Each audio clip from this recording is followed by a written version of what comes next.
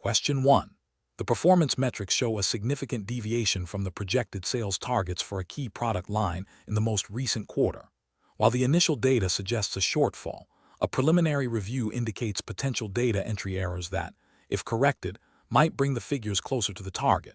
However, correcting these errors would require additional time, potentially delaying the submission of the quarterly performance report to senior management. What is the most appropriate course of action?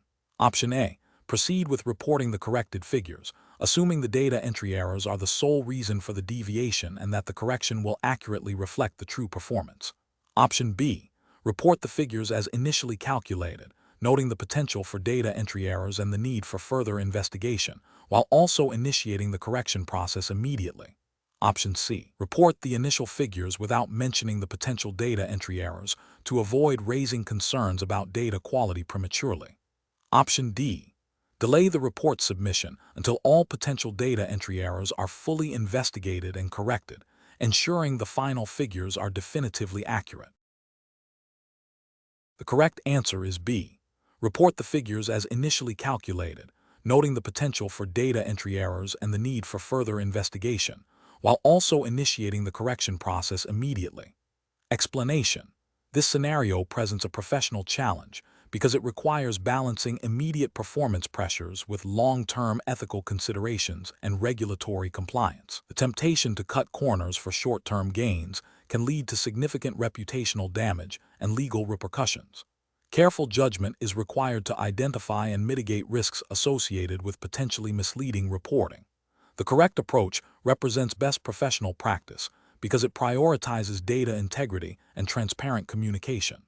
By seeking clarification and ensuring accuracy before reporting, the individual upholds the principles of honesty and accountability, which are fundamental to ethical business conduct and regulatory compliance. This proactive stance prevents the dissemination of inaccurate information, thereby safeguarding the company's reputation and adhering to the spirit of fair reporting practices expected by stakeholders and regulators. An incorrect approach that focuses solely on meeting the immediate target without verifying the underlying data is ethically flawed. It risks knowingly or unknowingly misrepresenting the company's performance, which can be considered a form of deception. This failure violates the ethical obligation to be truthful and can lead to regulatory scrutiny if the misrepresentation is discovered, potentially resulting in fines or other sanctions, depending on the specific reporting requirements applicable to Pepsico. Another incorrect approach that involves manipulating the data to fit the desired narrative is a direct violation of ethical principles and potentially illegal. This constitutes fraud and would have severe consequences, including disciplinary action, legal penalties, and irreparable damage to the individuals and the company's credibility.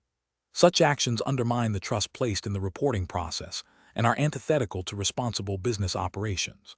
A third incorrect approach that involves ignoring the discrepancy and proceeding with the report without addressing the issue is also professionally unacceptable. This demonstrates a lack of diligence and a disregard for accuracy. It allows potentially flawed information to enter the reporting stream, which can mislead decision-makers and stakeholders. This failure to exercise due care in reporting can lead to poor strategic decisions and erode confidence in the reporting function. The professional decision-making process for similar situations should involve a structured approach. First, identify the discrepancy and its potential implications. Second, gather all relevant information and seek clarification from the source of the data. Third, assess the impact of the discrepancy on the overall performance metrics and the intended audience of the report. Fourth, consult with relevant stakeholders or supervisors to determine the appropriate course of action, ensuring that any adjustments are made transparently and ethically. Finally, document the process and the rationale for any decisions made to ensure accountability and provide a record for future reference. This systematic approach ensures that decisions are well-informed, ethically sound, and compliant with all applicable guidelines. Question 2. The control framework reveals that a key supplier has offered a significant discount on future orders, contingent upon the company sponsoring a high-profile golf tournament for its executives. This sponsorship is not a standard business expense and appears to be an attempt to provide a personal benefit to decision-makers. What is the most appropriate course of action for the employee who received this offer? Option A. Escalate the offer to the company's legal or compliance department for review and guidance. Option B. Accept the supplier's offer and document the sponsorship as a client entertainment expense. Option C. Reject the offer immediately and cease all business dealings with the supplier. Option D. Proceed with the supplier's proposal, as the discount represents a substantial cost saving. The correct answer is A. Escalate the offer to the company's legal or compliance department for review and guidance. Explanation. Scenario analysis. This scenario presents a common challenge in business where a potential opportunity for cost savings conflicts with established ethical guidelines and internal policies. The pressure to meet financial targets can create a temptation to overlook or rationalize actions that might be questionable. The professional challenge lies in balancing the desire for efficiency with the imperative to act with integrity and in compliance with the company's code of conduct and relevant regulations, even if those regulations are not explicitly stated in the prompt, but are implied by standard business practice and ethical expectations. Correct approach analysis.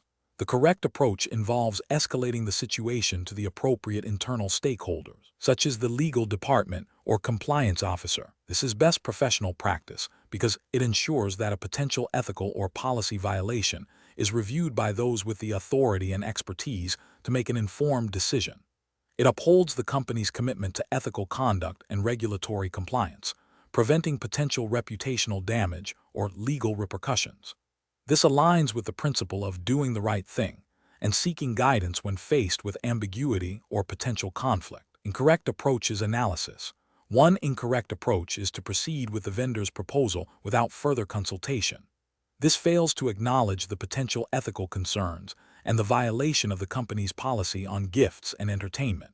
It demonstrates a disregard for internal controls and ethical standards, potentially exposing the company to risks of bribery or undue influence. This approach prioritizes short-term financial gain over long-term ethical standing and compliance. Another incorrect approach is to accept the vendor's offer, but document it as a business development expense. This is a form of misrepresentation and attempts to circumvent established policies through creative accounting. It is ethically unsound and potentially fraudulent, as it mischaracterizes the nature of the transaction. This approach undermines transparency and accountability within the organization. A third incorrect approach is to reject the offer outright without considering the potential benefits or exploring alternative compliant ways to engage with the vendor. While caution is warranted, a complete dismissal without seeking clarification or proposing compliant alternatives might miss a valuable opportunity and could be perceived as overly rigid or uncooperative, potentially damaging the business relationship unnecessarily.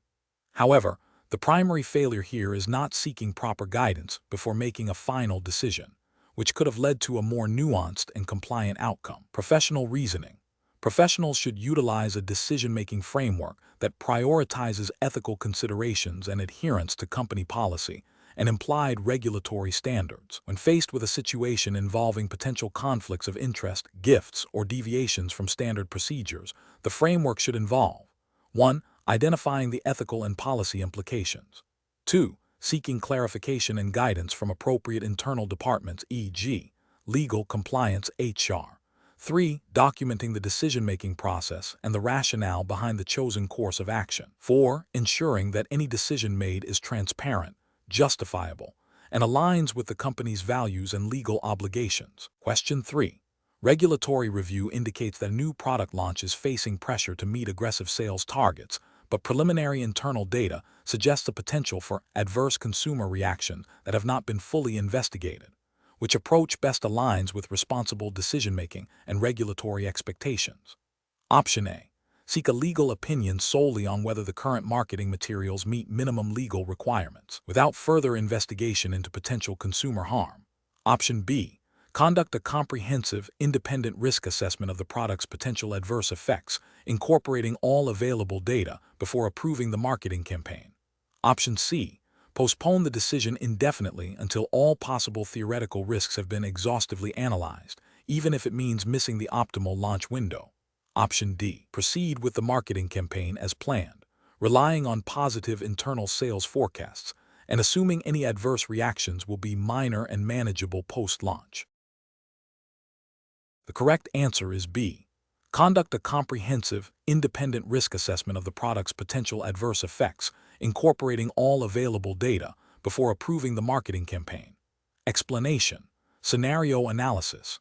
This scenario is professionally challenging because it requires balancing immediate business needs with long-term ethical considerations and potential regulatory implications. The pressure to meet sales targets can lead to overlooking or downplaying potential risks associated with a product, creating a conflict between short-term financial gain and consumer well-being. Careful judgment is required to navigate this conflict without compromising integrity or violating established guidelines. Correct approach analysis. The correct approach represents best professional practice because it prioritizes a thorough, data-driven assessment of potential risks before making a decision. This aligns with principles of responsible product stewardship and consumer protection, which are often embedded in regulatory frameworks governing product marketing and sales. By seeking independent verification and considering all available data, the professional demonstrates a commitment to ethical conduct and adherence to the spirit of any relevant consumer protection laws or industry self-regulatory codes that mandate due diligence and transparency. This proactive stance minimizes the likelihood of future regulatory action, reputational damage, and harm to consumers. Incorrect approaches analysis.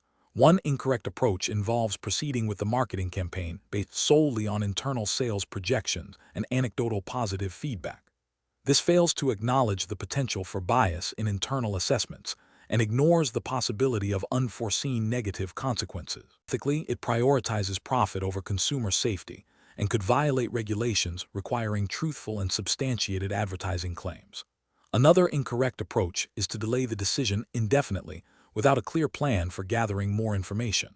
While caution is important, inaction can also be detrimental, potentially leading to missed market opportunities or allowing a problematic product to enter the market without proper scrutiny. This approach lacks a structured decision-making process and can be seen as an abdication of responsibility. A third incorrect approach is to rely solely on the legal department's assessment without considering the broader ethical and business implications. While legal compliance is crucial, it may not encompass all ethical considerations or best practices for consumer engagement. This approach risks a narrow focus that could overlook non-legal but still significant risks. Professional reasoning. Professionals should employ a structured decision-making framework that involves 1. Clearly defining the problem and its potential impacts. 2. Gathering comprehensive and objective information from multiple sources. 3. Evaluating the risks and benefits of each potential course of action. 4. Consulting with relevant stakeholders, including legal, marketing, and product development. 5. Considering ethical implications and potential regulatory compliance. And 6. Making a well-reasoned decision with a clear rationale and a plan for monitoring outcomes. Question 4. The monitoring system demonstrates a consistent, albeit minor, exceedance of a specific air emission parameter beyond the permitted threshold, which has been ongoing for the past quarter. Option A. Initiate a formal environmental impact assessment to determine the root cause and potential consequences of the exceedance, and consult with the environmental compliance team to review regulatory obligations and reporting requirements. Option B. Instruct the monitoring system to recalibrate and ignore any readings that fall within a slightly wider acceptable range to avoid unnecessary reporting. Option C. Temporarily adjust operational parameters to bring the emission within the threshold, assuming the exceedance is within acceptable operational variability, and monitor for a short period before further action. Option D. Continue current operations and address the exceedance only if a formal complaint is received from a regulatory body or the public. The correct answer is A. Initiate a formal environmental impact assessment to determine the root cause and potential consequences of the exceedance, and consult with the environmental compliance team to review regulatory obligations and reporting requirements. Explanation. This scenario presents a professional challenge because it requires balancing the immediate need for operational efficiency with the long-term implications of environmental impact and regulatory compliance. The company is facing a situation where a monitoring system has detected a potential deviation from established environmental standards, which could have significant consequences if not addressed proactively. Careful judgment is required to determine the most appropriate course of action, considering both the operational and ethical dimensions. The correct approach represents best professional practice because it prioritizes transparency, thorough investigation, and adherence to regulatory frameworks. By immediately escalating the issue to the relevant environmental compliance team and initiating a detailed impact assessment, the company demonstrates a commitment to responsible environmental stewardship and regulatory adherence. This proactive stance helps to mitigate potential legal penalties, reputational damage, and actual environmental harm. It aligns with the principles of good corporate citizenship and the ethical obligation to operate in an environmentally sound manner, as often underscored by industry best practices and regulatory expectations. An incorrect approach that involves downplaying the findings or delaying a formal investigation would represent a significant regulatory and ethical failure. Such actions could lead to noncompliance with environmental regulations, resulting in fines, legal action, and potential operational shutdowns. Ethically, it demonstrates a disregard for environmental protection and a lack of accountability. Another incorrect approach, such as immediately implementing a costly and potentially disruptive operational change without a proper impact assessment, could be inefficient and may not effectively address the root cause of the deviation, leading to wasted resources and continued noncompliance. The professional decision-making process for similar situations should involve a structured approach. First, acknowledge and document the detected anomaly. Second, immediately engage the appropriate internal expertise, e.g., environmental compliance engineering. Third, conduct a comprehensive impact assessment to understand the nature, extent, and potential consequences of the deviation. Fourth, consult relevant regulatory guidelines and legal counsel. And finally, implement corrective actions based on the assessment findings, ensuring full compliance and minimizing environmental harm. This systematic process ensures that decisions are informed, defensible, and aligned with both regulatory requirements and ethical responsibilities. Question 5. Market research demonstrates a growing consumer demand for products with reduced sugar content.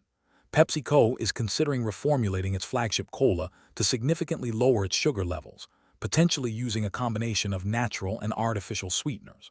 Which of the following approaches to assessing the impact of this reformulation best aligns with regulatory expectations and ethical business practices in the United States?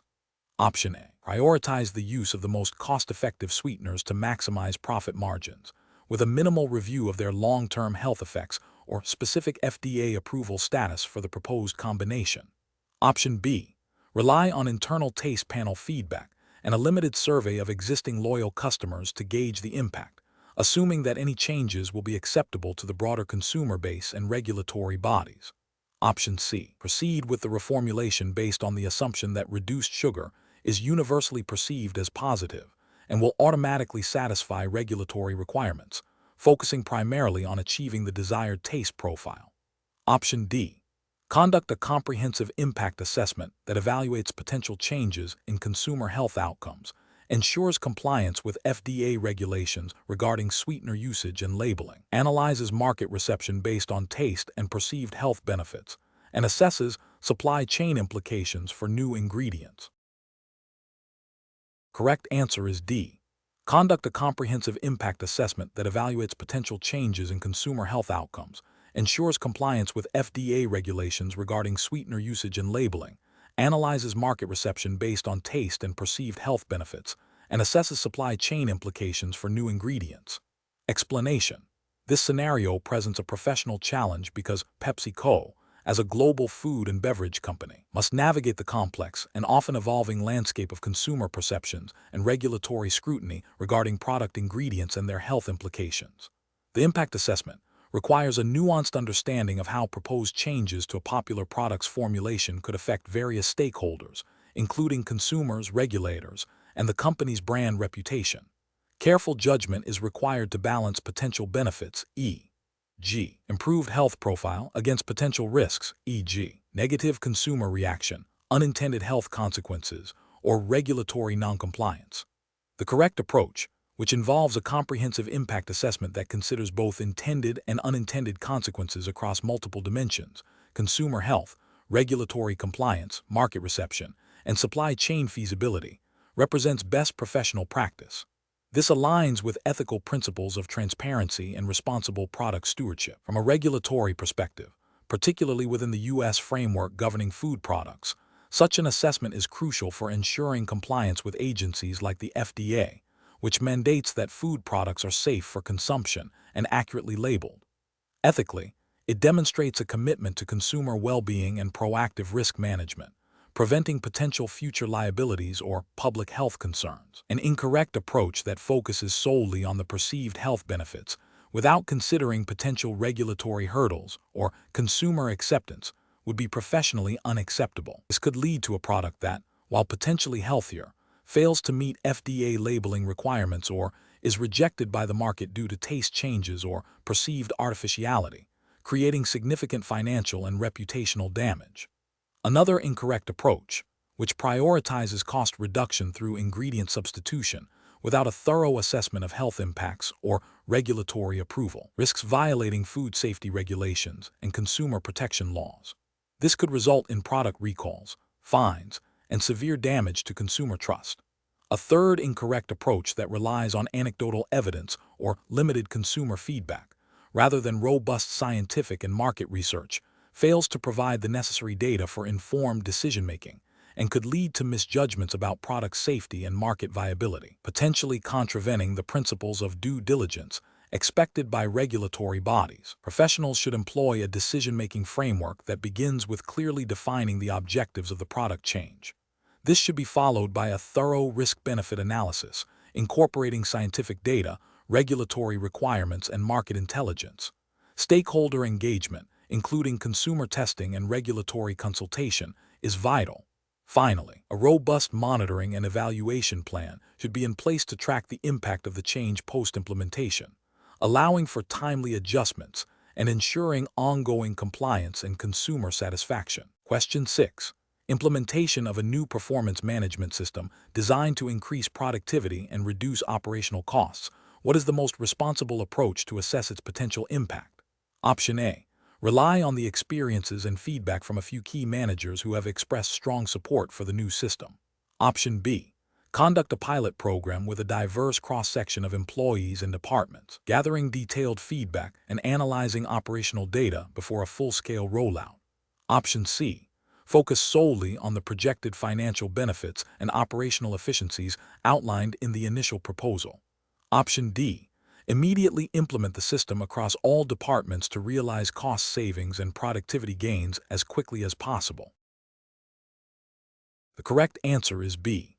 Conduct a pilot program with a diverse cross-section of employees and departments, gathering detailed feedback and analyzing operational data before a full-scale rollout. Explanation. Scenario analysis. This scenario presents a professional challenge due to the inherent uncertainty and potential for unintended consequences when implementing a new policy that impacts a large workforce. The company must balance the need for operational efficiency and cost savings with its ethical obligations to employees and the potential for negative morale and productivity impacts. Careful judgment is required to ensure the chosen approach aligns with company values, legal requirements, and best practices for change management. Correct approach analysis. The correct approach involves a comprehensive impact assessment that includes a thorough analysis of potential effects on employees, operational processes, and existing legal obligations. This proactive methodology ensures that all foreseeable risks and benefits are identified and considered before the policy is finalized and rolled out. It aligns with principles of responsible business conduct and good corporate governance, which mandate that companies consider the broader implications of their decisions. Specifically, in a U.S. context, this approach would implicitly consider compliance with labor laws, e.g., Fair Labor Standards Act, National Labor Relations Act, by anticipating potential impacts on working conditions, compensation, and employee rights. It also reflects an ethical commitment to transparency and fairness by seeking to mitigate negative consequences for affected individuals. Incorrect approaches analysis. An approach that prioritizes immediate cost savings without a thorough assessment of employee impact risks regulatory and ethical failures. For instance, it could inadvertently lead to violations of wage and hour laws if changes to work schedules or duties result in employees working overtime without proper compensation. Ethically, it demonstrates a disregard for employee well-being, potentially damaging morale and trust.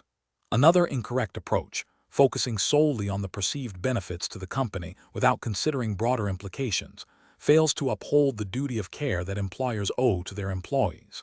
This could lead to unforeseen operational disruptions, decreased productivity due to employee resistance or disengagement, and potential legal challenges if the policy is perceived as discriminatory or retaliatory. A third incorrect approach, relying on anecdotal evidence or the experiences of a small group, lacks the rigor necessary for a large-scale policy implementation. This can lead to biased conclusions and overlooks critical issues affecting different segments of the workforce. It fails to meet the professional standard of due diligence and could result in a policy that is ineffective, inequitable, or legally problematic. Professional reasoning. Professionals should adopt a systematic and data-driven approach to impact assessment.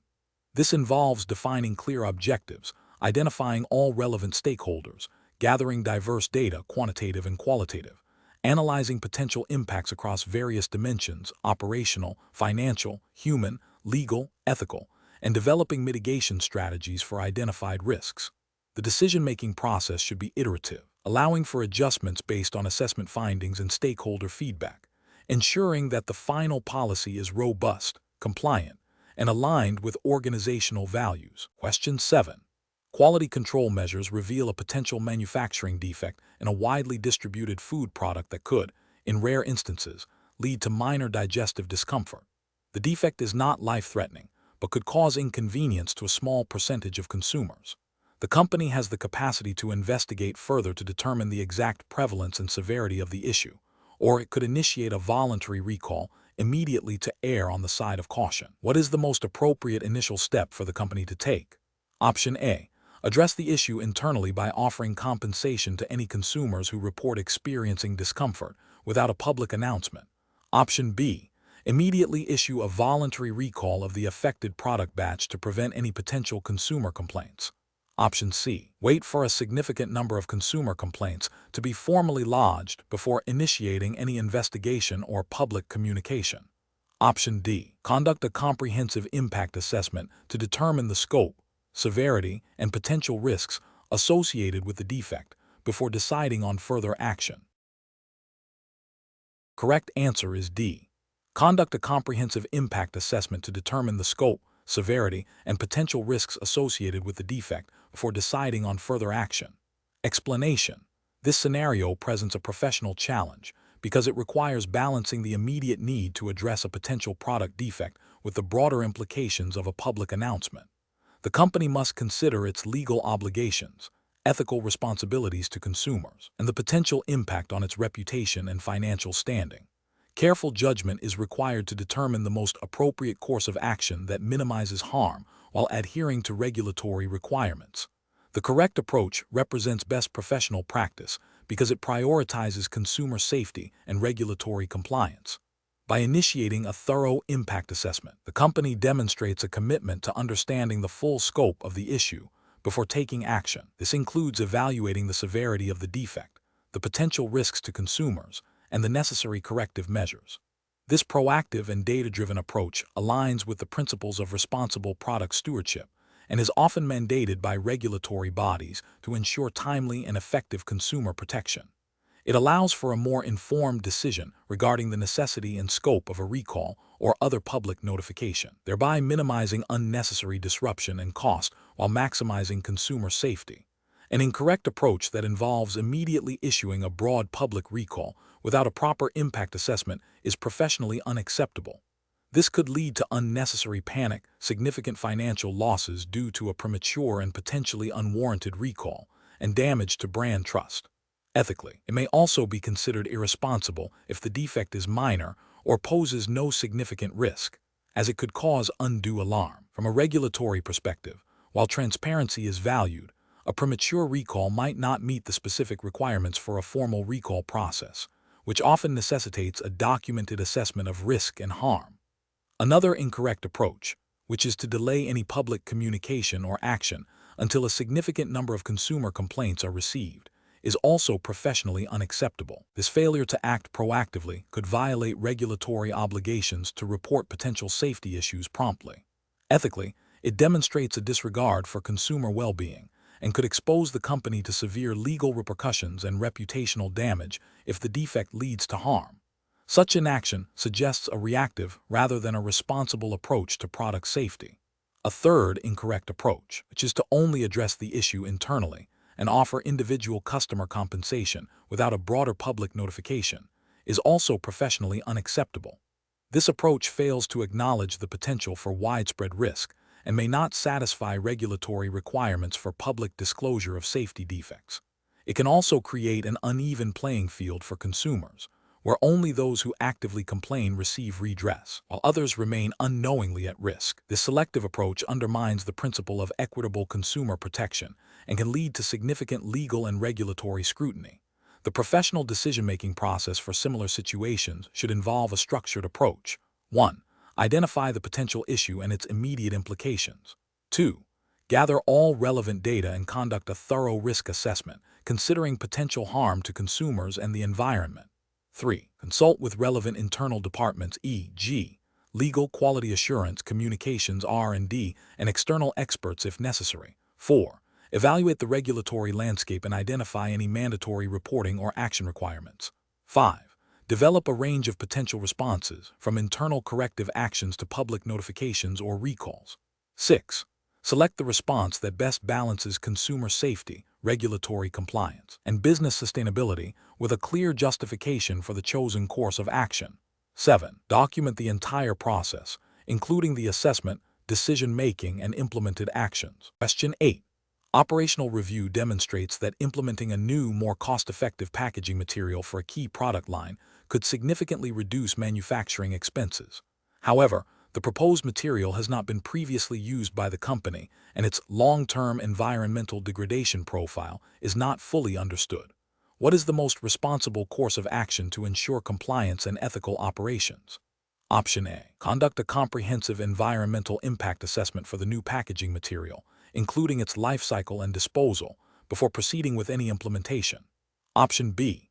Commission a brief internal review of the material's basic properties and assume it is environmentally sound unless significant public outcry or regulatory action occurs. Option C. Proceed with the implementation of the new packaging material to realize immediate cost savings and address any potential environmental concerns if they arise in the future. Option D. Delay the decision to switch packaging materials indefinitely until a perfect, zero-impact alternative is identified, even if it means foregoing significant cost efficiencies. The correct answer is A. Conduct a comprehensive environmental impact assessment for the new packaging material, including its life cycle and disposal, before proceeding with any implementation. Explanation. Scenario analysis. This scenario presents a professional challenge because it requires balancing the immediate need for operational efficiency with the long-term implications of environmental impact.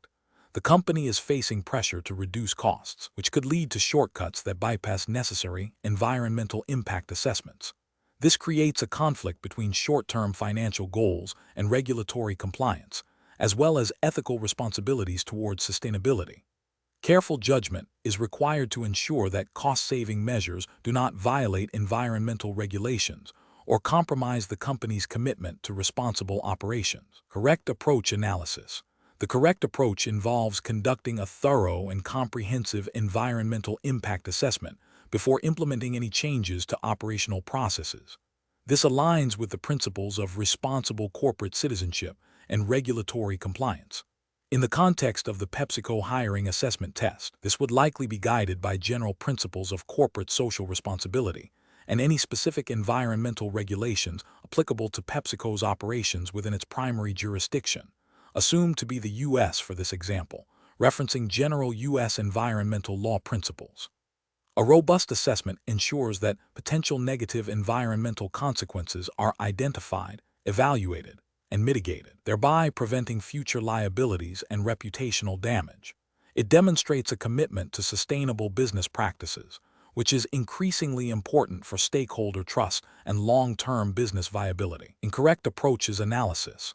One incorrect approach would be to proceed with operational changes without any environmental review, prioritizing immediate cost savings.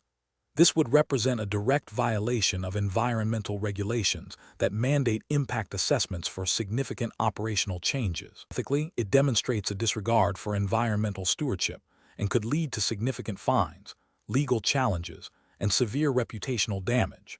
Another incorrect approach would be to conduct a superficial or biased environmental review that downplays potential negative impacts to justify the cost-saving measures. This is professionally unethical and potentially illegal, as it undermines the integrity of the assessment process and misleads stakeholders. It fails to uphold the duty of care expected of a responsible corporation and could result in unforeseen environmental damage and subsequent legal repercussions. A third incorrect approach would be to delay or indefinitely postpone the environmental impact assessment, citing ongoing operational pressures. While operational pressures are real, regulatory frameworks typically set timelines and requirements for such assessments. Indefinite postponement is a failure to comply with these requirements and exposes the company to risks associated with unassessed environmental impacts. Professional reasoning. Professionals should adopt a proactive and compliance-oriented approach. This involves integrating environmental considerations into the earliest stages of strategic planning and operational decision-making. A structured decision-making process would include 1.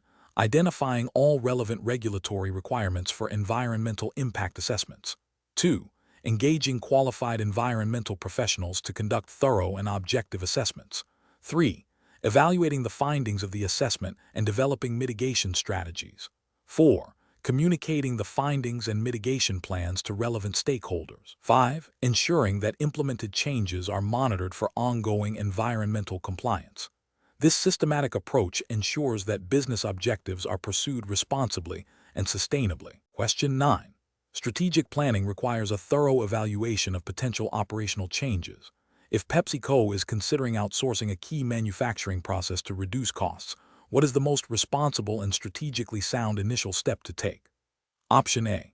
Conduct a comprehensive impact assessment to evaluate the potential effects on product quality, supply chain, regulatory compliance, and ethical considerations before making a decision. Option B. Postpone any decision regarding outsourcing indefinitely until market conditions stabilize and internal resources are fully optimized. Option C. Delegate the decision to a single department to expedite the process and minimize internal debate. Option D. Immediately initiate the outsourcing process to capitalize on projected cost savings and gain a competitive edge. The correct answer is D. Immediately initiate the outsourcing process to capitalize on projected cost savings and gain a competitive edge. Explanation. This scenario presents a professional challenge because it requires balancing the immediate need for cost reduction with the long-term implications of a significant operational change. PepsiCo, as a large consumer goods company, operates within a complex regulatory environment that mandates adherence to various standards, including those related to product safety, environmental impact, and fair labor practices. A hasty decision to outsource a critical manufacturing process without a thorough impact assessment could inadvertently lead to non-compliance with these regulations, potentially resulting in fines, reputational damage, and disruption to the supply chain. The correct approach, conducting a comprehensive impact assessment, represents best professional practice because it aligns with principles of responsible business conduct and regulatory foresight. This assessment would systematically evaluate the potential effects of outsourcing on product quality, supply chain reliability, labor standards, environmental compliance, and financial performance. By proactively identifying risks and opportunities, PepsiCo can make an informed decision that mitigates potential negative consequences and ensures continued adherence to all applicable laws and industry guidelines. This approach demonstrates due diligence and a commitment to sustainable operations. An incorrect approach of immediately proceeding with outsourcing based solely on projected cost savings fails to acknowledge the multifaceted nature of business operations and regulatory obligation. This would be a significant regulatory failure as it bypasses the necessary due diligence required to ensure compliance with product safety standards, e.g., FDA regulations in the U.S. or equivalent bodies elsewhere, and environmental protection laws. Ethically, it could also lead to the exploitation of labor in regions with less stringent worker protections, violating principles of fair labor and corporate social responsibility. Another incorrect approach, delaying the decision indefinitely due to fear of change, represents a failure in strategic planning and risk management. While avoiding immediate disruption, it prevents Pepsico from realizing potential efficiencies and competitive advantages. This inaction can lead to a gradual erosion of market position and may eventually necessitate more drastic and potentially disruptive measures. It also fails to address potential regulatory shifts or emerging best practices that a proactive assessment might uncover. The professional decision-making process for similar situations should involve a structured, multi-stakeholder approach. This includes forming a cross-functional team to define the scope of the assessment, identifying all relevant internal and external stakeholders, gathering data on potential impacts across operational, financial, legal, ethical, and reputational dimensions, and developing contingency plans. The ultimate decision should be based on a holistic evaluation of risks and benefits, ensuring alignment with PepsiCo's strategic objectives and its commitment to regulatory compliance and ethical conduct. Question 10. Investigation of the potential consequences of a new snack product launch on consumer health and environmental sustainability prior to market introduction would best be addressed by which of the following actions? Option A. Allocating resources primarily to marketing and distribution channels to maximize initial sales volume. Option B. Relying on existing market research data to confirm consumer demand and assuming no significant negative consequences will arise. Option C. Waiting for consumer feedback and regulatory inquiries to identify and address any emerging issues after the product is launched. Option D. Conducting a thorough risk assessment to identify potential adverse health effects, environmental impacts, and developing mitigation strategies. The correct answer is D. Conducting a thorough risk assessment to identify potential adverse health effects, environmental impacts, and developing mitigation strategies. Explanation. Scenario analysis.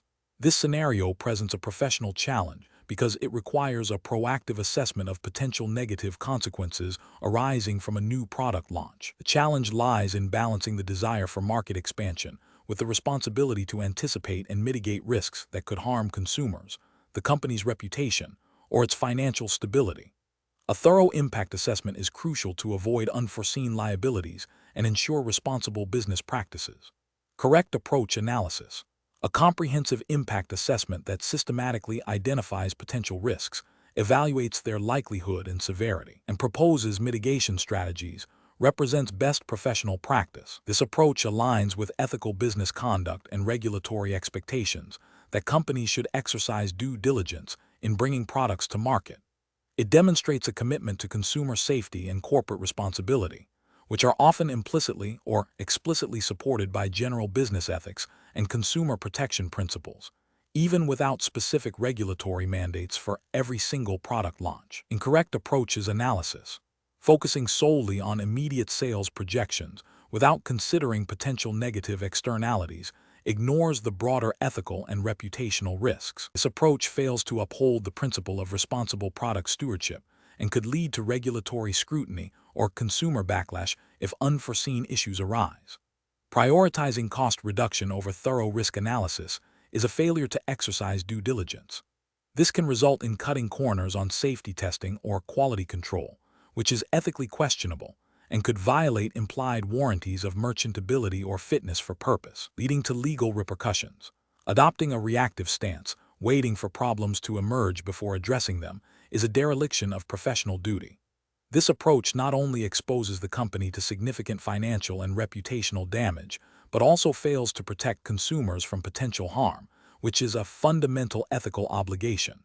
Professional reasoning. Professionals should adopt a forward-thinking, risk-based approach. This involves anticipating potential problems, gathering relevant information, consulting with stakeholders, including legal and compliance teams, and developing contingency plans.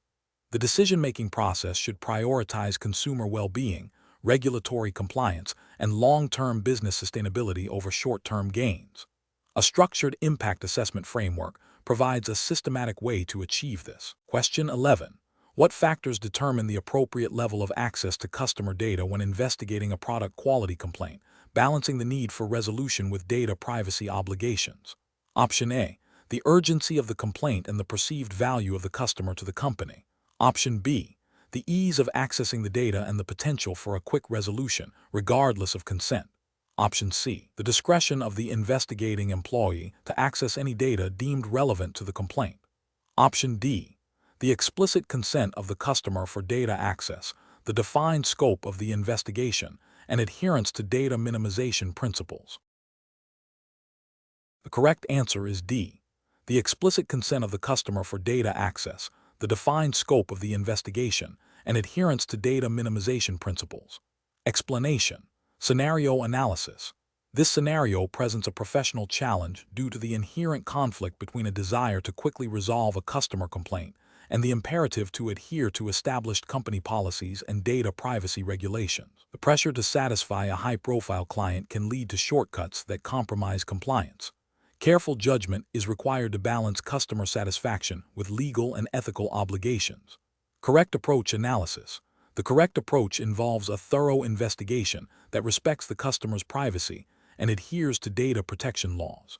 This means obtaining explicit consent before accessing or sharing any personal information, even if it seems like a minor detail. This aligns with principles of data minimization and purpose limitation, ensuring that data is only used for the specific, legitimate purpose of resolving the complaint and not for any other unauthorized use.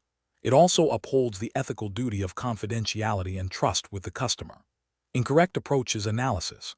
One incorrect approach involves immediately accessing the customer's full purchase history without explicit consent, even with the intention of resolving the complaint. This violates data privacy regulations by exceeding the scope of necessary data access and potentially exposing sensitive personal information without proper authorization.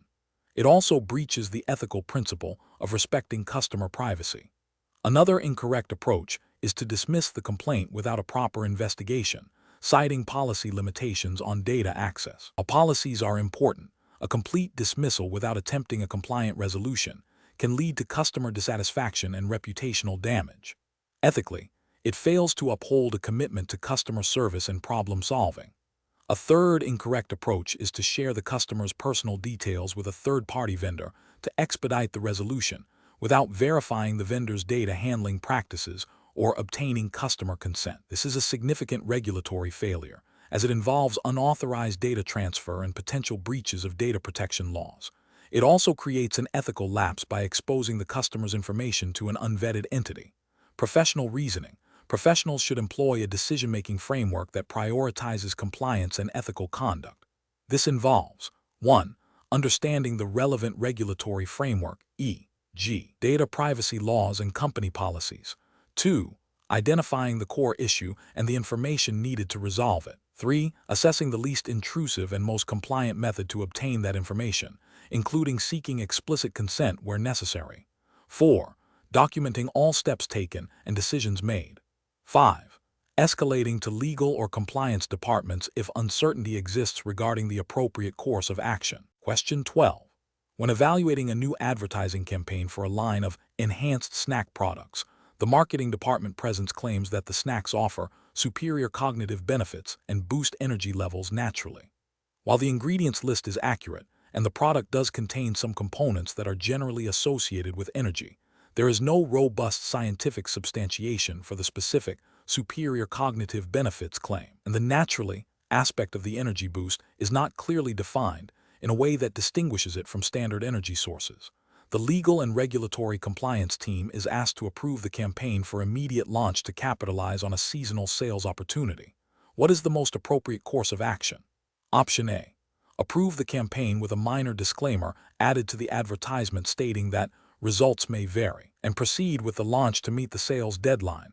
Option B. Approve the campaign, but request the marketing team to provide any available internal research or anecdotal evidence supporting the claims before the next review cycle.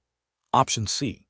Halt the campaign and require the marketing team to provide comprehensive, independent scientific substantiation for all specific claims, particularly the superior cognitive benefits, and to clearly define the basis for naturally boosting energy before any approval is granted. Option D. Approve the campaign as is, assuming that superior cognitive benefits and boost energy levels naturally are subjective marketing terms that are unlikely to be challenged by regulatory bodies. The correct answer is B. Approve the campaign, but request the marketing team to provide any available internal research or anecdotal evidence supporting the claims before the next review cycle. Explanation. Scenario analysis. This scenario presents a professional challenge due to the inherent conflict between a company's desire to promote its products and the regulatory obligation to ensure advertising is not misleading. The pressure to meet sales targets can incentivize aggressive marketing tactics, but these must be balanced against consumer protection laws and ethical advertising standards.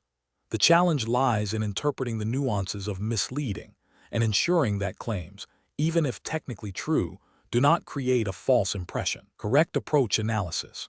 The correct approach involves a thorough review of the advertising campaign against the specific regulations governing advertising claims for food products. This includes verifying the scientific basis for any health or nutritional claims, ensuring all ingredients are accurately disclosed, and confirming that the overall message does not exaggerate benefits or omit crucial information that could mislead consumers.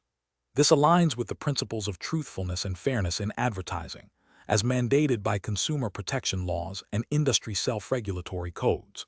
For instance, if the exam jurisdiction is the U.S., this would involve adherence to the Federal Trade Commission, FTC, Act and its associated guidelines on deceptive advertising, as well as potentially the Food and Drug Administration's, FDA regulations regarding food labeling and health claims. The focus is on substantiating all claims and avoiding any ambiguity that could lead a reasonable consumer to a false conclusion. Incorrect approaches analysis. One incorrect approach would be to approve the campaign based solely on the marketing team's assurance that the claims are factually accurate without independent verification. This fails to acknowledge that misleading can extend beyond outright falsehoods to include omissions or presentations that create a false impression. This approach risks violating regulations that prohibit deceptive advertising, as the FTC Act, for example, considers advertising deceptive if it is likely to mislead a reasonable consumer and is material. Another incorrect approach would be to prioritize speed to market over regulatory compliance, approving the campaign without adequate review to meet a deadline.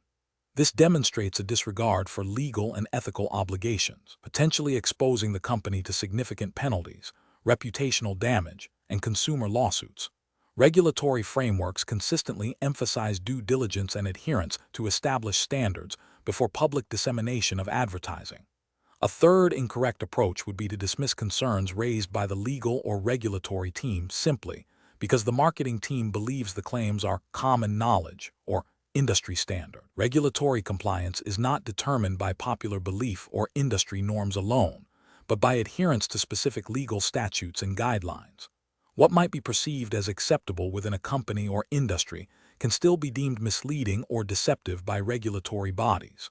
Professional reasoning.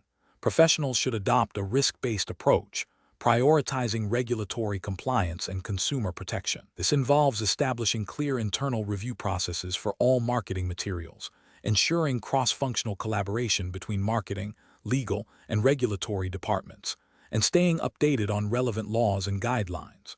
When in doubt, seeking expert legal counsel or clarification from regulatory bodies is essential.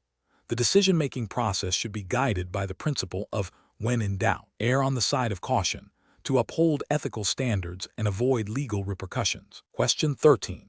Quality control measures reveal that a batch of a popular snack product has been manufactured using an ingredient at a concentration slightly outside the specified tolerance range, as detailed in the product's approved manufacturing specifications. The deviation is noted on the batch record, but the production team proceeded with packaging and labeling the entire batch for distribution. What is the most appropriate immediate course of action for the Quality Assurance Department? Option A. Relabel the affected batch to accurately reflect the ingredient concentration deviation and proceed with distribution to minimize production delays. Option B. Immediately halt all distribution of the affected batch and quarantine it pending a thorough investigation and risk assessment. Option C. Discard the entire batch to ensure no potentially non-conforming product reaches consumers and document the loss. Option D. Initiate a full investigation to determine the root cause of the deviation, assess the potential impact on product safety and quality, and implement corrective and preventive actions before any further distribution occurs. The correct answer is D.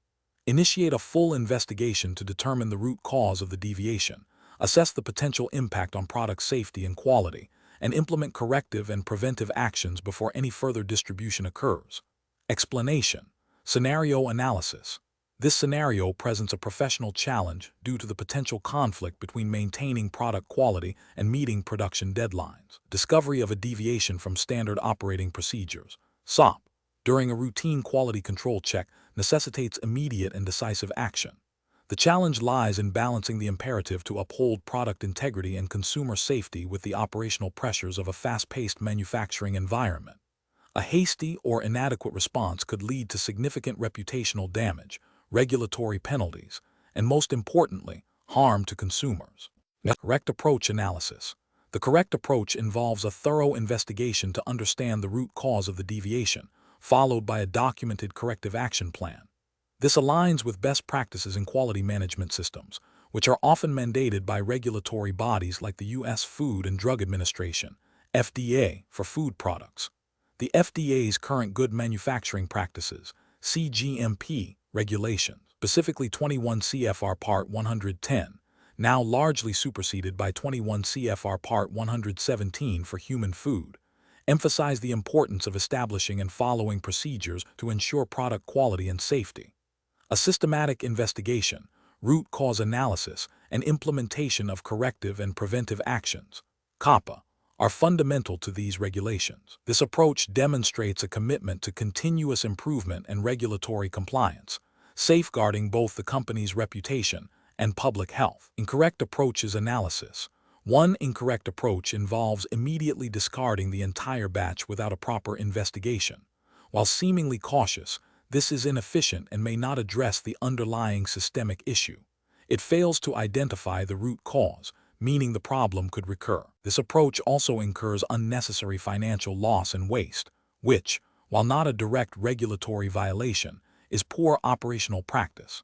Another incorrect approach is to simply relabel the product to reflect the deviation without understanding its implications. This is a serious ethical and regulatory failure. It misleads consumers about the product's characteristics and potentially its safety. Regulatory bodies would view this as a deliberate attempt to circumvent quality standards and deceive the public, leading to severe penalties, product recalls, and loss of consumer trust. A third incorrect approach is to ignore the deviation and proceed with normal distribution, assuming it is minor.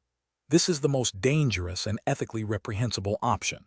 It directly violates the principle of consumer safety and regulatory compliance. Such an action could lead to widespread product defects, adverse health events, and catastrophic legal and financial consequences for the company, including significant fines and potential criminal charges.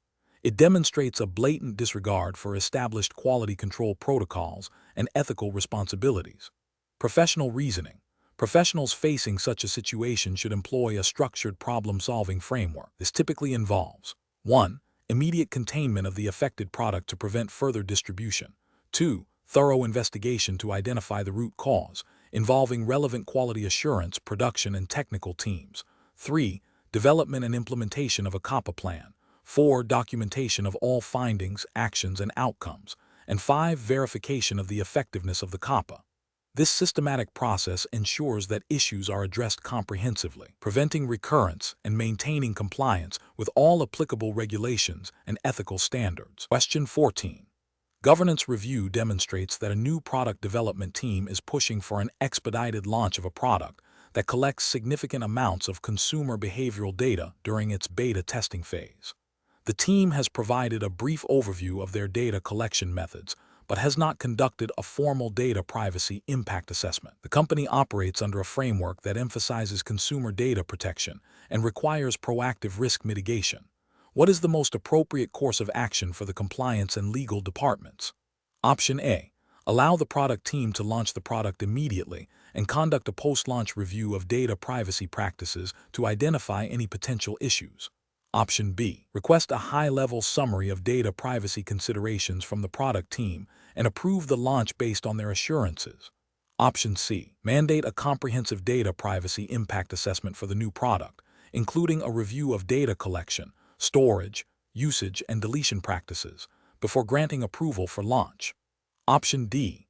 Advise the product team to proceed with the launch, assuming their existing general data privacy policies are sufficient to cover the new product's data handling.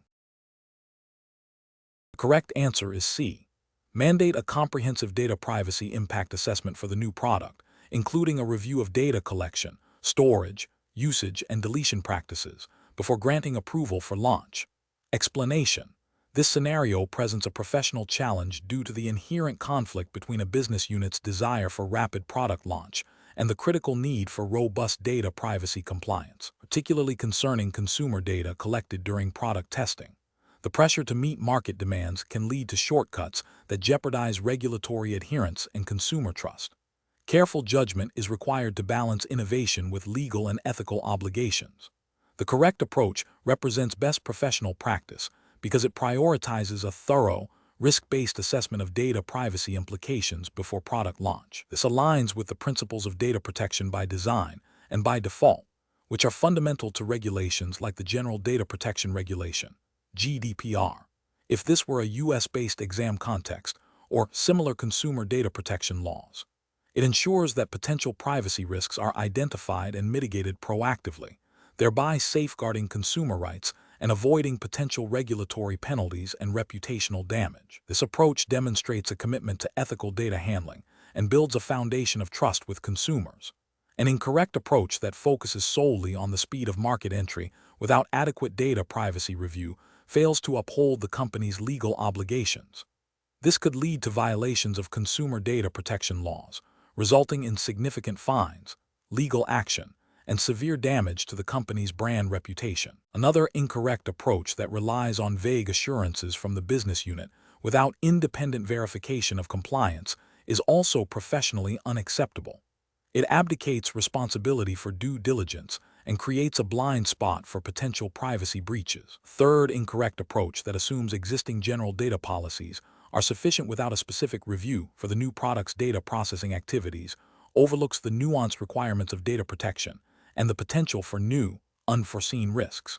The professional decision-making process for similar situations should involve a structured risk assessment framework. This includes identifying all data processing activities, assessing the sensitivity of the data involved, evaluating potential threats and vulnerabilities, and determining appropriate mitigation strategies. Cross-functional collaboration between legal, compliance, IT, and the business unit is crucial. When faced with pressure to expedite a launch, professionals should clearly articulate the potential legal and ethical ramifications of bypassing necessary compliance steps, advocating for a balanced approach that prioritizes both business objectives and regulatory adherence. Question 15. The audit findings indicate a pattern of unusual transactions and potential misstatements in the revenue recognition process for a key client.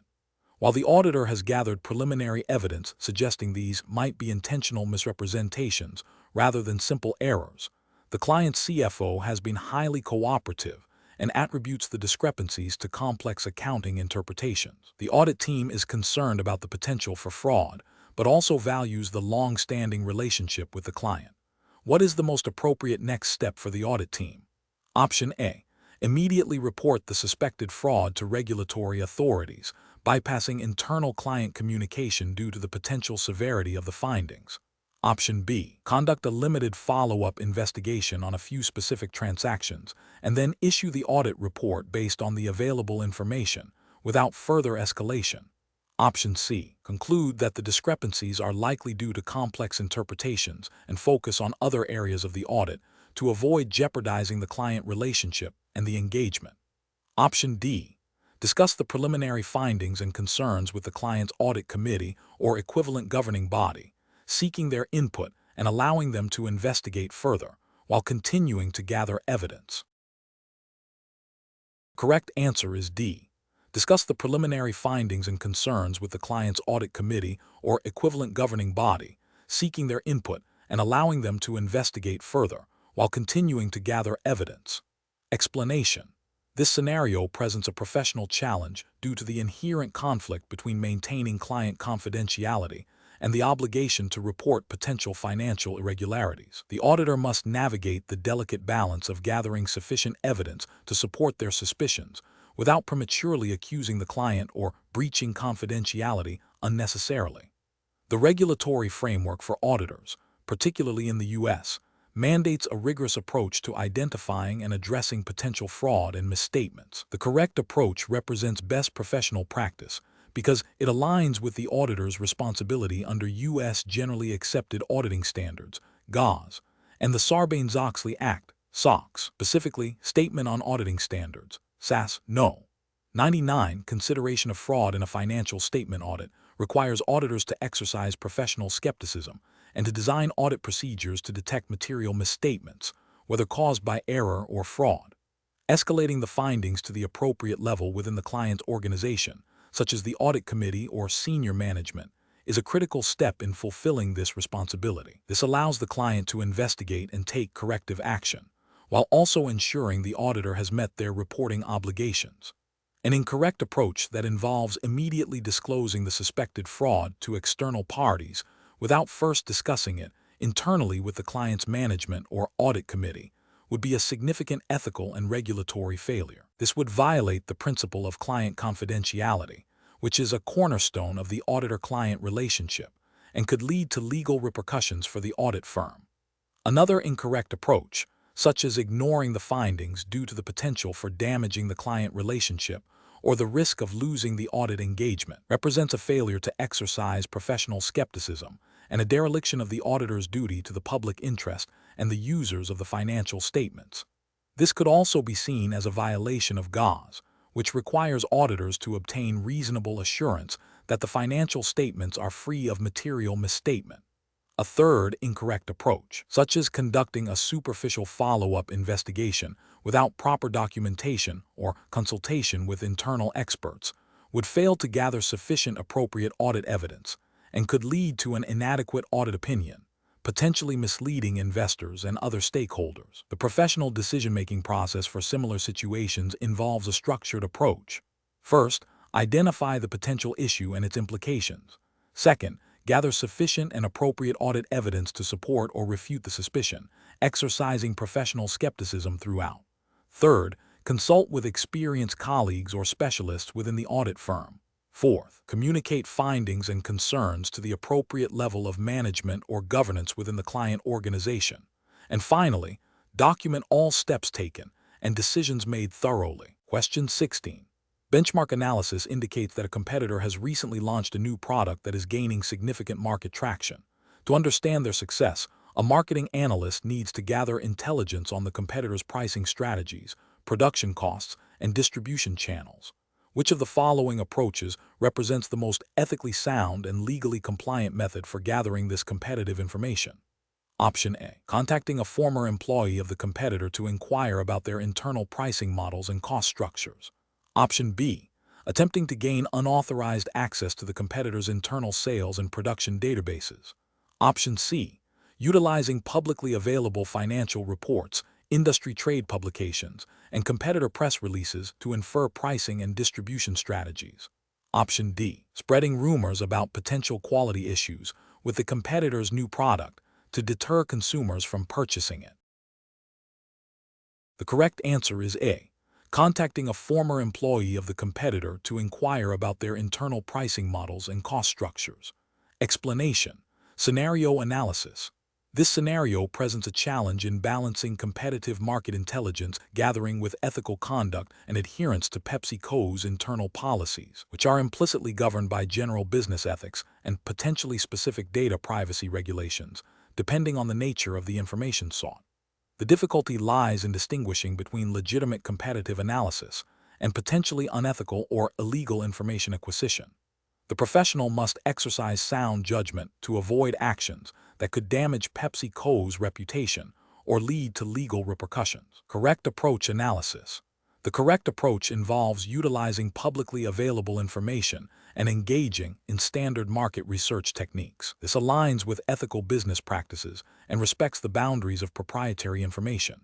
By focusing on published reports, industry analyses, and publicly disclosed financial data, the employee adheres to principles of fair competition and avoids any actions that could be construed as corporate espionage or a breach of confidentiality. This method is professionally sound because it relies on transparency and legitimate sources, minimizing risk and upholding ethical standards. Incorrect approach is analysis. One incorrect approach involves attempting to solicit confidential pricing strategies from a competitor's former employee. This is ethically problematic as it encourages the disclosure of proprietary information that the former employee may be contractually or ethically bound to protect. It could also violate trade secret laws if the information is deemed a trade secret. This action undermines fair competition and exposes Pepsico to significant legal and reputational risk. Another incorrect approach is to use unauthorized access to a competitor's internal systems or databases. This is illegal and constitutes corporate espionage. It violates numerous laws related to data security, computer fraud, and intellectual property. Such an action would result in severe legal penalties for both the individual and the company, and would irreparably damage PepsiCo's integrity. A third incorrect approach is to spread unsubstantiated rumors or misinformation about a competitor's product quality to influence consumer perception. This is unethical and potentially defamatory. It constitutes unfair trade practices and can lead to legal action from the competitor. It erodes trust in the marketplace and is not a sustainable or ethical business strategy. Professional reasoning. Professionals should approach competitive intelligence gathering with a clear framework. 1. Identify the information need. 2. Determine legitimate and ethical sources for this information. 3. Evaluate the risks associated with each potential method of acquisition. 4. Prioritize methods that are legal, ethical, and align with company policy. 5. Document the intelligence gathering process. In situations of doubt, consulting with legal counsel or the compliance department is paramount. The guiding principle should always be to compete fairly and ethically, building long-term value through integrity rather than short-term gains achieved through illicit means. Question 17. The performance metrics show a significant increase in market share for a new beverage line in a specific region, primarily driven by aggressive promotional pricing and prominent in-store placement. While this indicates strong sales performance, there are concerns that the pricing strategy might be perceived as predatory by smaller competitors, and the prominent placement may be achieved through exclusive agreements that could limit competitor visibility. What is the most appropriate course of action for a PepsiCo brand manager to take in this situation? Option A. Immediately implement the same aggressive pricing and placement strategies across all other regions to replicate the success, assuming the current approach is universally beneficial. Option B. Focus solely on celebrating the positive sales performance and attributing it to effective marketing, without further investigation into the underlying strategies or their potential impact on the market. Option C. Conduct a thorough review of the promotional pricing strategy and in-store placement agreements to ensure compliance with fair trade regulations and company ethical guidelines, seeking input from legal and compliance teams if any concerns arise. Option D. Advise the sales team to cease all aggressive promotional pricing and seek alternative placement strategies to avoid any potential conflict with competitors, even if it means sacrificing market share. The correct answer is C. Conduct a thorough review of the promotional pricing strategy and in-store placement agreements to ensure compliance with fair trade regulations and company ethical guidelines, seeking input from legal and compliance teams if any concerns arise. Explanation. This scenario presents a professional challenge because it requires balancing the pursuit of business objectives with adherence to ethical conduct and regulatory compliance, specifically concerning fair competition and consumer protection.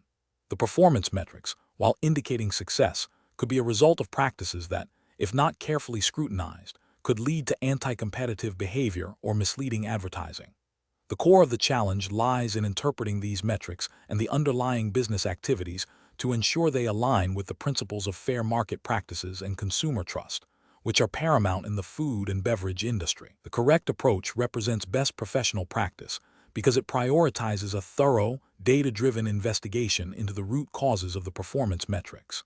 This involves a comprehensive review of marketing strategies, sales tactics, and product placement to identify any potential violations of fair trade regulations or consumer protection laws. By seeking to understand the why behind the metrics, professional demonstrates a commitment to ethical operations and proactive risk management, ensuring that success is achieved through legitimate and sustainable means. This aligns with the general principles of corporate responsibility and good governance expected of employees in a large organization like PepsiCo, and implicitly, with any relevant U.S. consumer protection laws and Federal Trade Commission (FTC) guidelines that govern advertising and competition. An incorrect approach that focuses solely on replicating the successful strategies without deeper scrutiny fails to acknowledge the potential for unethical or illegal underpinnings. This could lead to the perpetuation of harmful practices, risking regulatory penalties, reputational damage, and loss of consumer confidence. Another incorrect approach, which might involve immediately reporting perceived wrongdoing without sufficient evidence or investigation, could be premature and damaging to team morale and operational efficiency. It bypasses the due diligence required to establish facts and could be seen as an overreaction. A third incorrect approach, which might involve ignoring the metrics altogether due to their positive nature, represents a dereliction of duty, as it fails to proactively identify and address potential risks or opportunities for improvement in a responsible manner. Professionals should employ a decision-making framework that begins with objective data analysis. This involves understanding the context of the performance metrics, identifying potential areas of concern, and then conducting a thorough investigation. This investigation should involve gathering evidence, consulting with relevant internal stakeholders, e.g., legal, compliance, marketing departments, and assessing the situation against established ethical guidelines and regulatory frameworks. If potential issues are identified, the next step is to develop and implement corrective actions, which may include revising strategies, providing additional training, or escalating the matter to higher authorities if necessary. This systematic process ensures that decisions are informed, defensible, and aligned with the company's values and legal obligations. Question 18.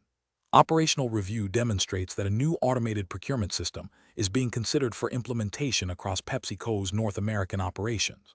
While the system promises significant efficiency gains and cost reductions, there is a concern that its rapid deployment might bypass a thorough assessment of its impact on existing internal controls and compliance with PepsiCo's Code of Conduct and relevant U.S. financial regulations. Which of the following approaches best ensures that the implementation of this new system upholds PepsiCo's commitment to operational integrity and regulatory compliance?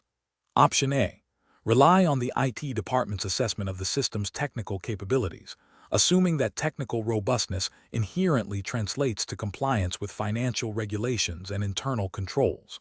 Option B. Proceed with the system implementation based on the vendor's assurances of compliance and efficiency, deferring any detailed control review until after the system has been operational for 6 months. Option C. Conduct a comprehensive review of the new system's functionalities against PepsiCo's established internal control framework and relevant U.S. financial regulations, documenting any identified gaps and developing a remediation plan prior to full deployment. Option D. Prioritize the immediate deployment of the new system to realize the promised efficiency gains, with a commitment to address any control or compliance issues that may arise retrospectively. The correct answer is C. Conduct a comprehensive review of the new system's functionalities against PepsiCo's established internal control framework and relevant U.S. financial regulations, documenting any identified gaps and developing a remediation plan prior to full deployment. Explanation. Scenario analysis. This scenario presents a professional challenge due to the inherent conflict between a desire for efficiency and the imperative to maintain robust internal controls and compliance. The pressure to streamline processes, especially in a large organization like PepsiCo, can lead to overlooking critical steps that safeguard against fraud, errors, and non-compliance with internal policies and external regulations. The challenge lies in balancing operational expediency with the non-negotiable requirements of a strong control environment. Correct approach analysis. The correct approach emphasizes a thorough, documented review of existing controls and their effectiveness. This aligns with best practices in internal audit and compliance, which are foundational to maintaining operational integrity and regulatory adherence. Specifically, it reflects the principles of risk management and control self-assessment, ensuring that identified weaknesses are addressed proactively. This approach is professionally sound because it prioritizes a systematic and evidence-based evaluation, which is essential for identifying and mitigating risks before they manifest as significant issues. It also supports a culture of accountability and continuous improvement, crucial for long-term organizational health and compliance. Incorrect approaches analysis. One incorrect approach focuses solely on the perceived efficiency gains of a new system without adequately assessing its impact on existing controls. This represents a significant regulatory and ethical failure because it prioritizes speed over security and compliance. It risks introducing new vulnerabilities or bypassing established safeguards, potentially leading to financial losses, reputational damage, and violations of internal policies or external regulations. This approach demonstrates a lack of due diligence and a disregard for the principles of good governance. Another incorrect approach involves implementing the new system based on anecdotal evidence or the assurance of a vendor without independent verification. This is professionally unacceptable as it abdicates responsibility for ensuring compliance and control effectiveness. It exposes the organization to risks that have not been properly identified or mitigated, potentially violating regulatory requirements for internal controls and risk management. Ethically, it represents a failure to act in the best interest of the organization and its stakeholders by relying on unverified claims. A third incorrect approach might involve deferring the control review to a later date, assuming that the new system will inherently be compliant. This is a critical failure in risk management. Regulatory frameworks and ethical standards demand proactive identification and mitigation of risks. Postponing a control review is a form of willful blindness to potential issues, which can have severe consequences if control deficiencies are discovered after the system is in full operation. It demonstrates a lack of foresight and a failure to adhere to the principle of control by design. Professional reasoning. Professionals facing such a decision should adopt a structured, risk-based approach. This involves 1. Clearly defining the objectives of the review and the scope of the new system's implementation. 2. Identifying all relevant internal policies and external regulations that the new system must comply with. 3. Conducting a comprehensive risk assessment to identify potential control gaps or new risks introduced by the system. 4. Developing a detailed plan for testing and validating the effectiveness of existing and new controls. 5. Documenting all findings, recommendations, and remediation plans. 6.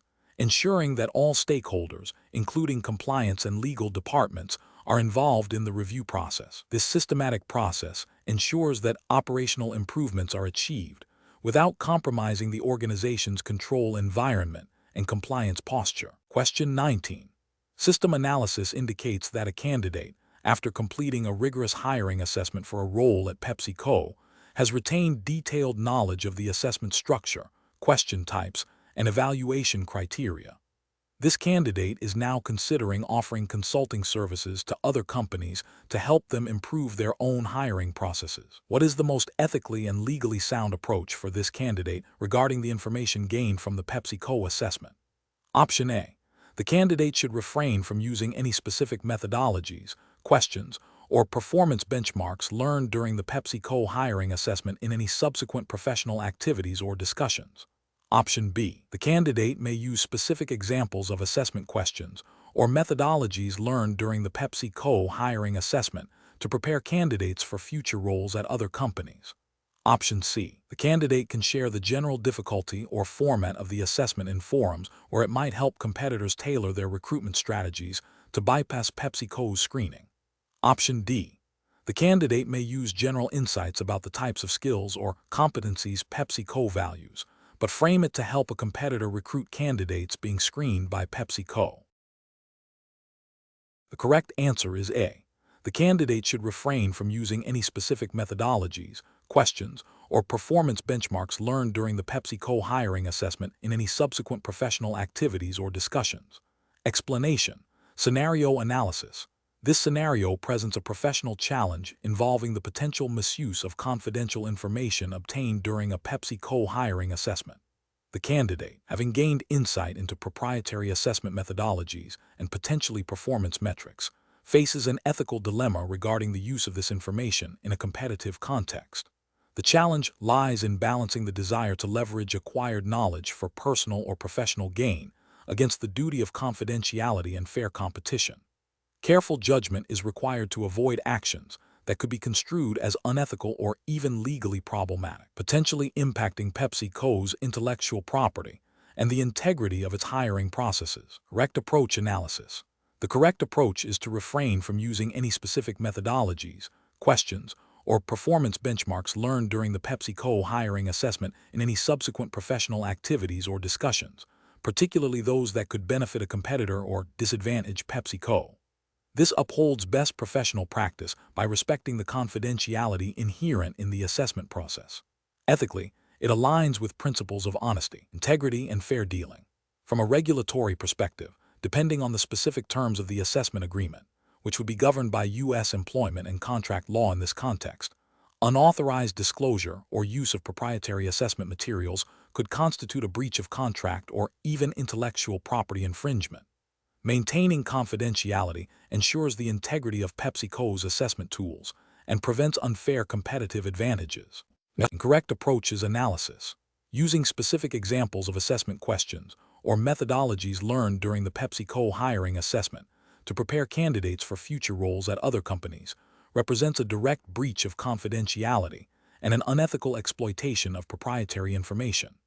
This action undermines the fairness of hiring processes and could lead to legal repercussions for intellectual property theft or breach of contract. Sharing general insights about the types of skills or competencies PepsiCo values, without revealing specific assessment content, but framing it in a way that directly helps a competitor recruit candidates who are specifically being screened by PepsiCo, is also problematic. While seemingly less direct, it still leverages confidential knowledge to create an unfair advantage, potentially violating non-disclosure agreements or implied duties of good faith and fair dealing under U.S. employment law. Discussing the general difficulty or format of the assessment without revealing specific content, but doing so in a forum where it could be used by competitors to tailor their own recruitment strategies to bypass PepsiCo's screening, still constitutes a misuse of information gained under a confidential assessment.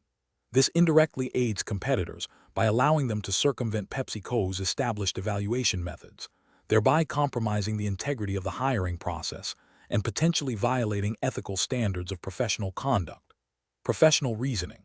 Professionals facing such situations should adopt a decision-making framework that prioritizes ethical conduct and legal compliance. This involves 1. Identifying the nature of the information obtained, confidential, proprietary, personal. 2. Reviewing any agreements or terms of service related to the information's acquisition, e.g., assessment agreements. 3. Applying ethical principles such as honesty, integrity, and fairness. 4. Considering potential legal ramifications under relevant U.S. laws, e.g., contract law, intellectual property law, trade secret law. 5. Seeking guidance from legal counsel or a trusted mentor if the situation is ambiguous. The default position should always be to err on the side of caution and maintain confidentiality unless explicitly permitted otherwise. Question 20. System analysis indicates that a senior marketing manager at PepsiCo has been invited to a prestigious industry networking event where executives from several direct competitors, including a company currently in sensitive merger and acquisition discussions with PepsiCo, will be present. The manager believes attending could offer valuable insights into market trends and potential future collaborations, but is aware that discussions at such events can sometimes touch upon strategic information. What is the most appropriate course of action for the PepsiCo marketing manager in this situation? Option A. Attend the event, exercise discretion in conversations, and only disclose if specific sensitive information is directly discussed. Option B. Decline the invitation to avoid any potential conflict of interest or perception of impropriety.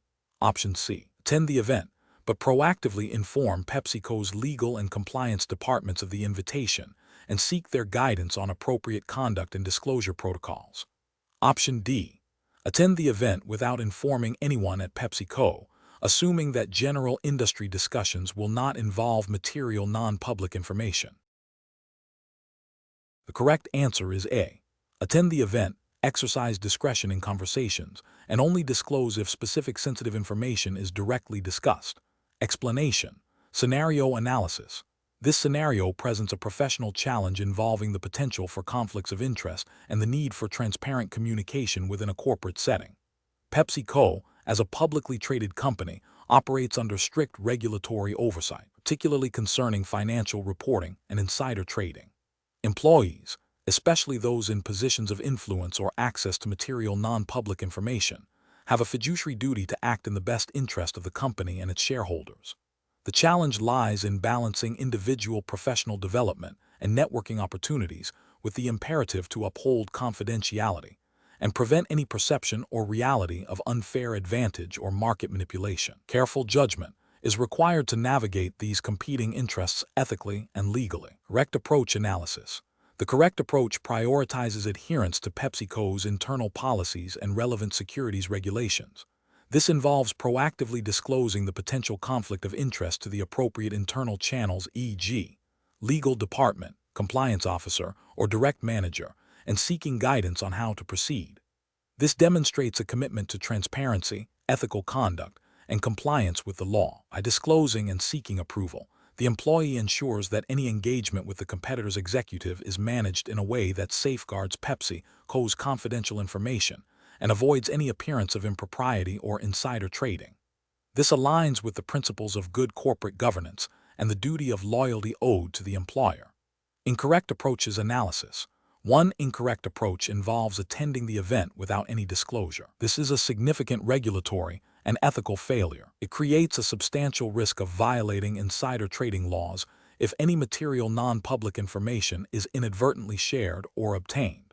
It also breaches PepsiCo's internal policies on conflicts of interest and could lead to disciplinary action, including termination. Ethically, it demonstrates a lack of integrity and a disregard for the trust placed in the employee. Another incorrect approach is to attend the event and assume that no sensitive information will be discussed. This is a flawed assumption and a failure of due diligence.